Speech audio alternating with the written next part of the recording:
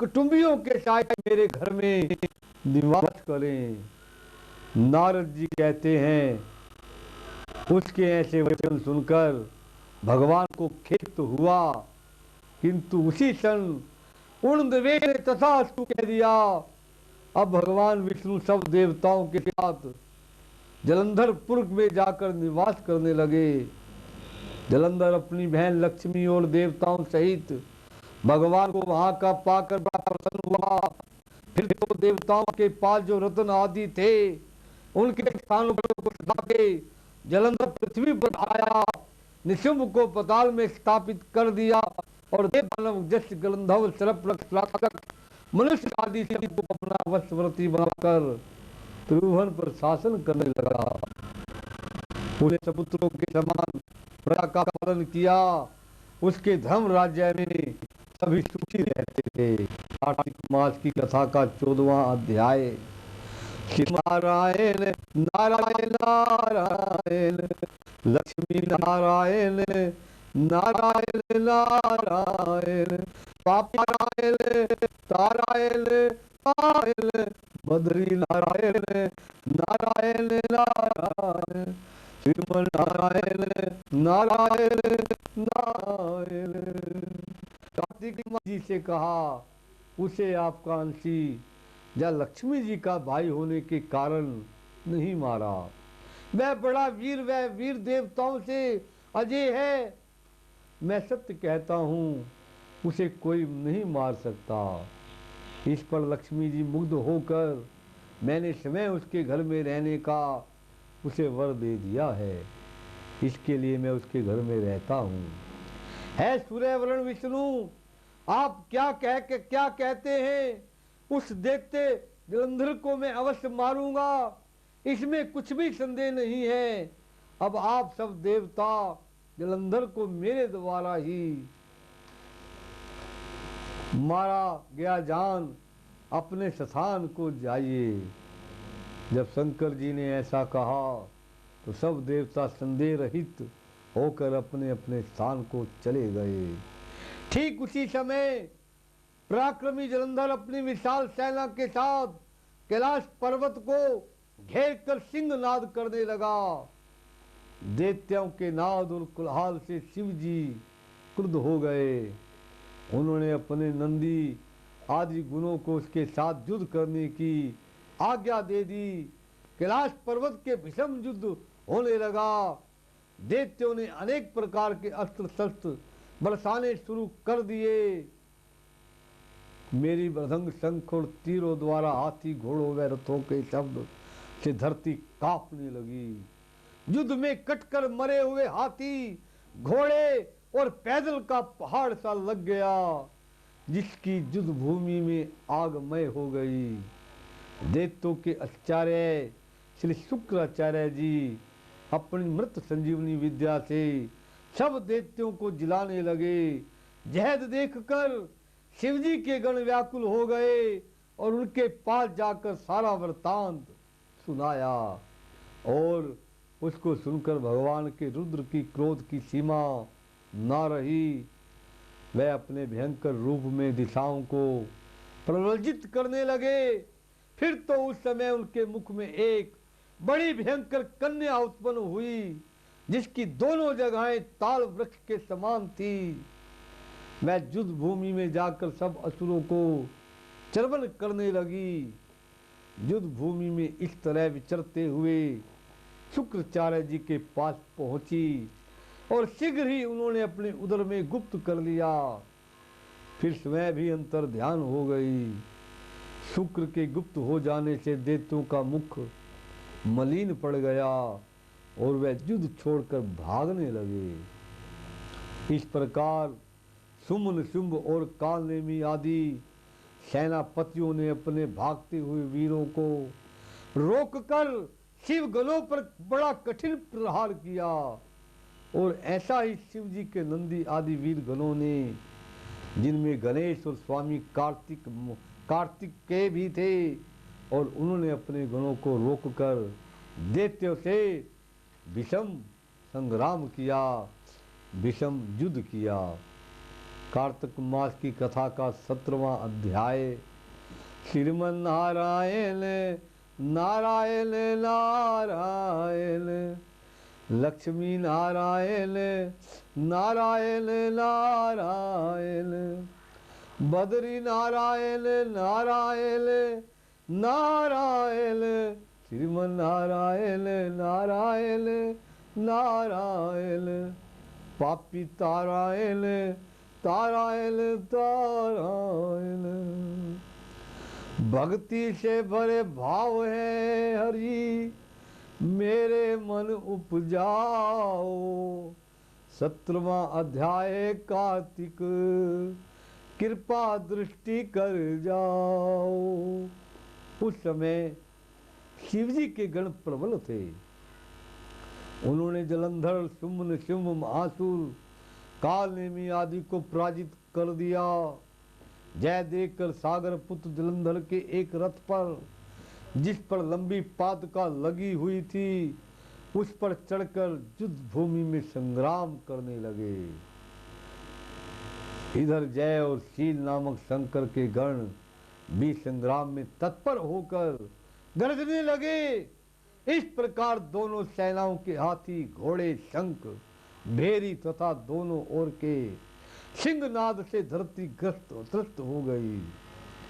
पश्चात जलंधर ने कुहरे के समान बाणों को चला धरती से लेकर आकाश तक व्याप्त कर दिया, और नंदी के 5, गणेश 5 तथा वीरभद्र के साथ 1 और 20 बाण मारकर उनके शरीर को छेद दिया और मेघ के समान गर्जना करने लगा। जय देखकर रुद्रपुत्र कार्तिकेय ने भी दैत्य जलंधर को अपनी शक्ति उठाने मारी और गर्जना की, जिसके आघात से वह धरती पर गिर पड़ा। परंतु वह इतना बली था कि जल्दी से उठकर खड़ा हो गया और क्रोधावृष्टि होकर कार्तिकेय जी पर अपनी गदा का प्रहार किया। ब्रह्मा जी को वरदान की सफलता के लिए शंकर पुत्र कार्तिकेय पृथ्वी पर सो गए। गणेश जी और नंदी भी गदा प्रहार से व्याकुल होकर धरती पर गिर पड़े। उसने वीरभद्र पर पारिक प्रहार किया, जिससे वीरभद्र का सिर फट गया और रक्त बहने लगा। वह व्याकुल होकर धराशायी हो गए। उनको धरती पर गिरा देख शंकर जी के गण चिल्लाते हुए युद्ध भूमि छोड़कर बड़े वेग से भाग निकले। कार्तिक माह की कथा का 18वां अध्याय।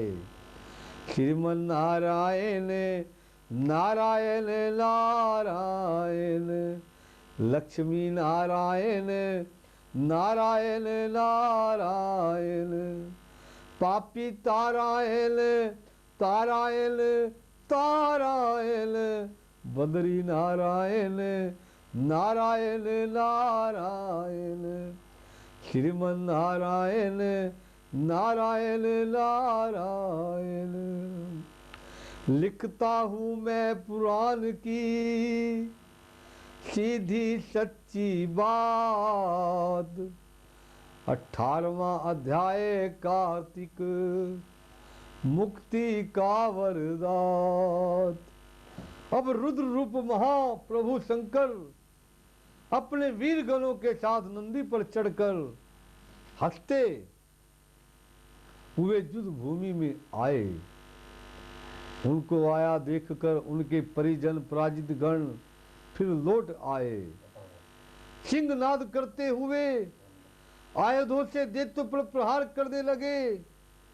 विषम रूपधारी रुद्र को देख कर दैत्य भागने लगे।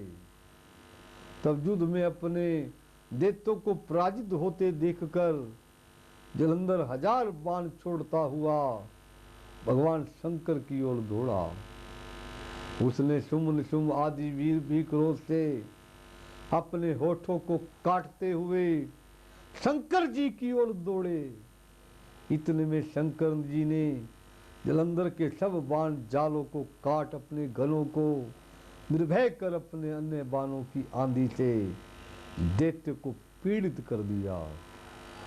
खंडगोरम नामक दैत्य को अपने परसे से मार डाला और बलाहक को भी सिर काट दिया। धरासर मर पर मारा गया और शिवगण चिस्सी ने प्रचंड नामक दैत्य का भी सिर काट डाला। किसी को शिवजी के बैल ने मारा और कई उनके बाणों द्वारा मारे गए। जय देखकर जलंधर अपने शुंभ निशुंभ आदि दैत्यों को धिक्कारने लगा और भयभीतों को धैर्य देने लगा और किसी प्रकार भी वह त्रस्त दोबारा युद्ध भूमि में जाने को तैयार ना हुए। दैत्य सेना ने पलायन शुरू कर दिया। तब महाक्रुद्ध जलंधर ने शिवजी को अपनी ओर ललकारने लगा। साथ ही उसने 70 बाण मारकर शिवजी को दग्ध कर दिया तथा और भी बहुत से बाणों का प्रहार किया। भगवान शिवजी उसके बाणों को काटते रहे, जहां तक कि उन्होंने जलंधर की ध्वजा, क्षेत्र और धनुष को भी काट दिया। फिर बहुत से बाणों का प्रहार किया। शिवजी उसके बाणों को काटते रहे, जहां तक कि उन्होंने जलंधर की ध्वजा, क्षेत्र और धनुष को भी काट दिया। फिर 7 बाण मारकर उसके शरीर को भी आघात पहुंचाया। धनुष के कट जाने से जलंधर ने प्रचंड बाण मारकर उसके शरीर में आघात पहुंचाया। धनुष के कट जाने से जलंधर ने प्रचंड बाण मारकर उनकी गदा के टुकड़े कर दिए। तब उसने समझा कि शिव मुझसे बलवान है। अंत उसने गंधों की माया उत्पन्न कर दी। अनेक गंधर्व अश्पराओं के गण पैदा हो गए। बीना और मृदंग आदि बाजों के साथ नृत्य व गान होने लगा। इसमें अपने गणों सहित रुद्र भी मोहित हो गए। उन्होंने युद्ध बंद कर दिया।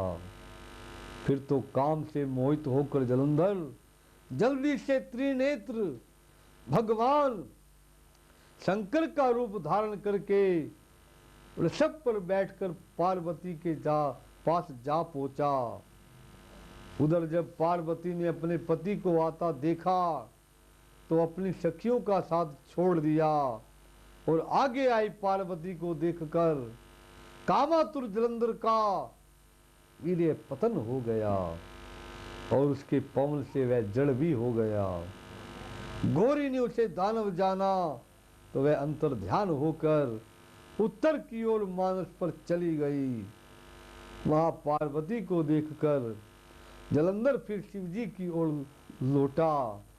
उधर पार्वती जी ने भगवान विष्णु को बुलाकर दैत्य का वह कृत कहा और जब प्रश्न किया कि क्या आप इससे अवगत हैं।